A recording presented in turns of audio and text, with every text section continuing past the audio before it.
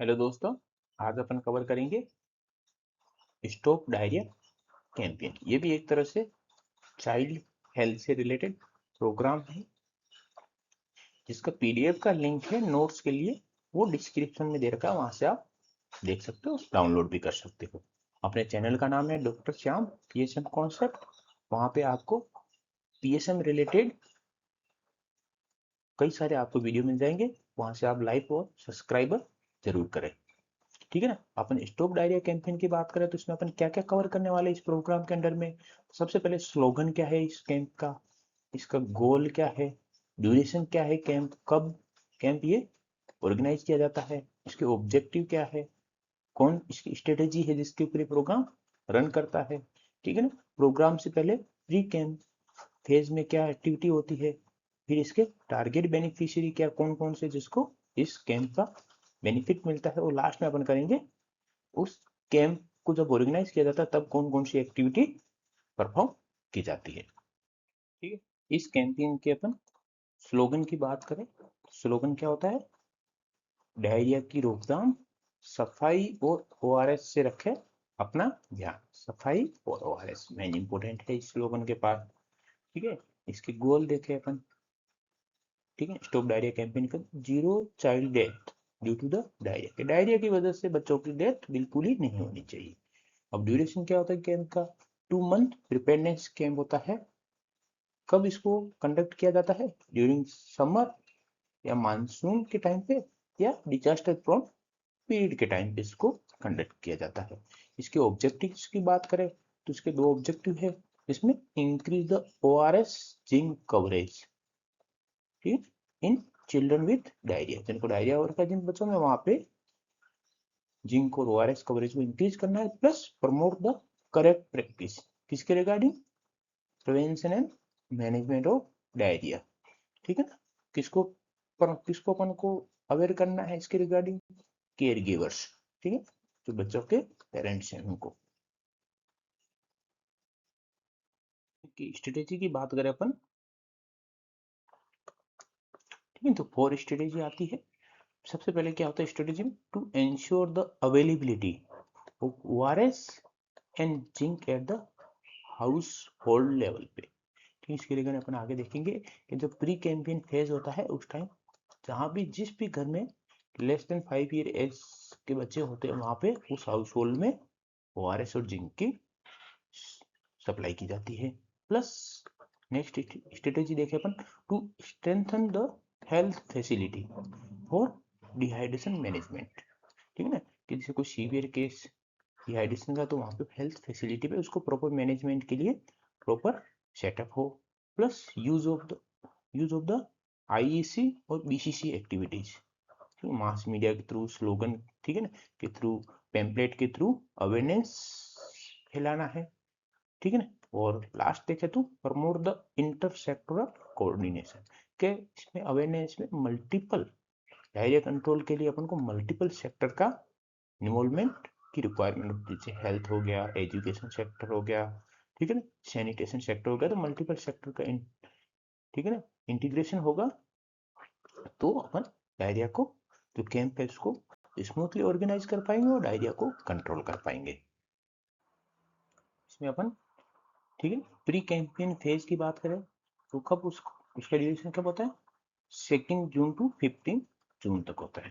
ठीक है। 2 जून से लेकर 15 जून तक समय होता है, उसको अपन प्री कैंपेन फेज करते हैं। इसमें कौन कौन सी एक्टिविटी परफॉर्म की जाती है, सबसे पहले कमेटी फॉर्मुलेट की जाती है सेंट्रल, स्टेट और डिस्ट्रिक्ट लेवल पे। फिर जितने भी स्टेक होल्डर होते हैं उनको ओरिएंटेड किया जाता है और ट्रेनिंग प्रोवाइड की जाती है। Plus logistic planning, ORS zinc का प्रॉपर स्टोरेज और प्रॉपर सप्लाई हो, लॉजिस्टिक मैनेजमेंट प्रॉपरली हो। ये 3 एक्टिविटीज हो गई। फोर्थ एक्टिविटीज क्या है, फैसिलिटी है, हेल्थ फैसिलिटी है जिनको स्ट्रेंथन करना है। कैसे, कि वहां पे कॉर्नर खोलना है जिसको अपन क्या बोलते हैं, ओआरएस जिंक कॉर्नर। प्लस इन इन पेशेंट केयर होनी चाहिए, किसके लिए, सीवियर डिहाइड्रेशन जिन बच्चों को रखा उनको एडमिट किया जाए, और वहां पे आईवी फ्लूइड वगैरह जो भी WHO के अकॉर्डिंग डिहाइड्रेशन का जो प्लान होता है वो प्रॉपरली फॉलो किया जाए। प्लस वहां पे clean water, sanitation, functional toilet, ये सब अवेलेबल हो।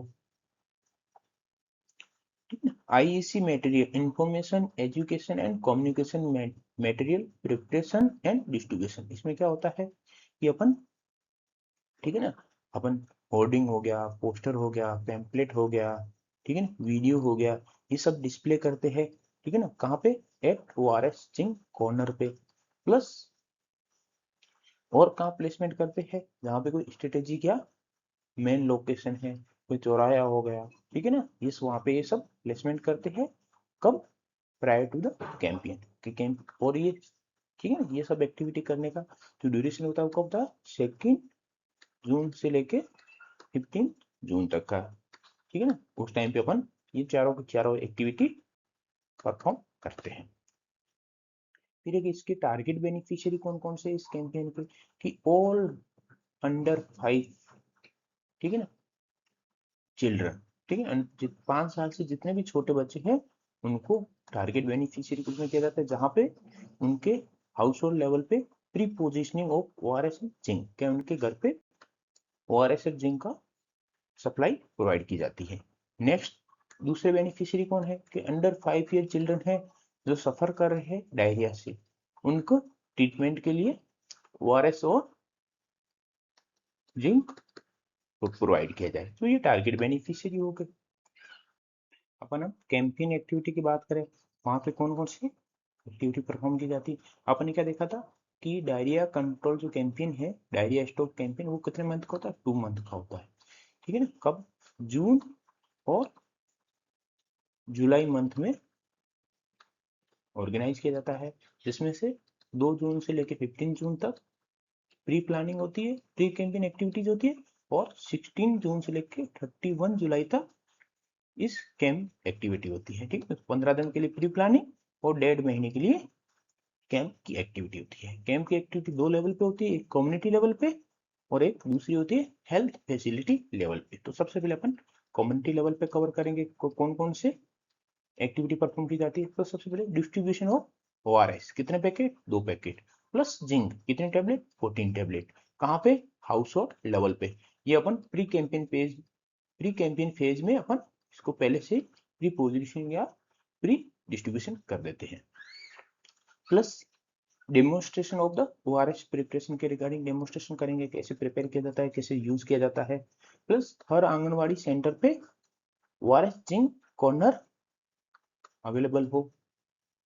प्लस इंटरपर्सनल कम्युनिकेशन, कहाँ पे, हेल्थ डिपार्टमेंट पे, ठीक है, जैसे इंटरपर्सनल कम्युनिकेशन में कौन कौन, मेडिकल स्टाफ आ गया, स्टाफ नर्स आ गया, मेडिकल ऑफिसर हो गया, सीएचओ हो गया, एएनएम हो गई, आशा वर्कर हो गया, ठीक है ना, in close coordination with other department का भी कोऑर्डिनेशन, कौन कौन से डिपार्टमेंट, ठीक है ना, वुमेन एंड चाइल्ड डेवलपमेंट हो गया, रूरल डेवलपमेंट हो गया, अर्बन डेवलपमेंट डिपार्टमेंट हो गया, जल जीवन मिशन हो गया, पंचायती राज हो गया, food and public distribution department हो गया, एजुकेशन डिपार्टमेंट हो गया, इंफॉर्मेशन एंड ब्रॉडकास्टिंग डिपार्टमेंट हो गया on diarrhoea prevention and management के लिए, ठीक है। ये कम्युनिटी लेवल पे एक्टिविटी होगी। प्लस एक और अपन एक्टिविटी की बात करें तो हैंड वॉशिंग डेमोन्स्ट्रेशन, स्कूल या आंगनबाड़ी में हम बताते कि हैंड वॉशिंग के कितने स्टेप होते हैं, स्टेप बाय स्टेप कौन सा उसकी सीक्वेंस होती है स्टेप की, वो सब अपन उनको डेमो करके दिखाते हैं।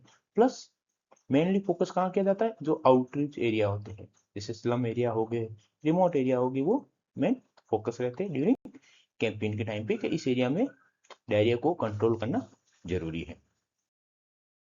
अपन हेल्थ फैसिलिटी लेवल पे देखा जाए तो कौन कौन सी एक्टिविटी परफॉर्म की जाती है, ठीक है, ओआरएस जिंक कॉर्नर होता है, ठीक है ना, up to the health and wellness centre तक।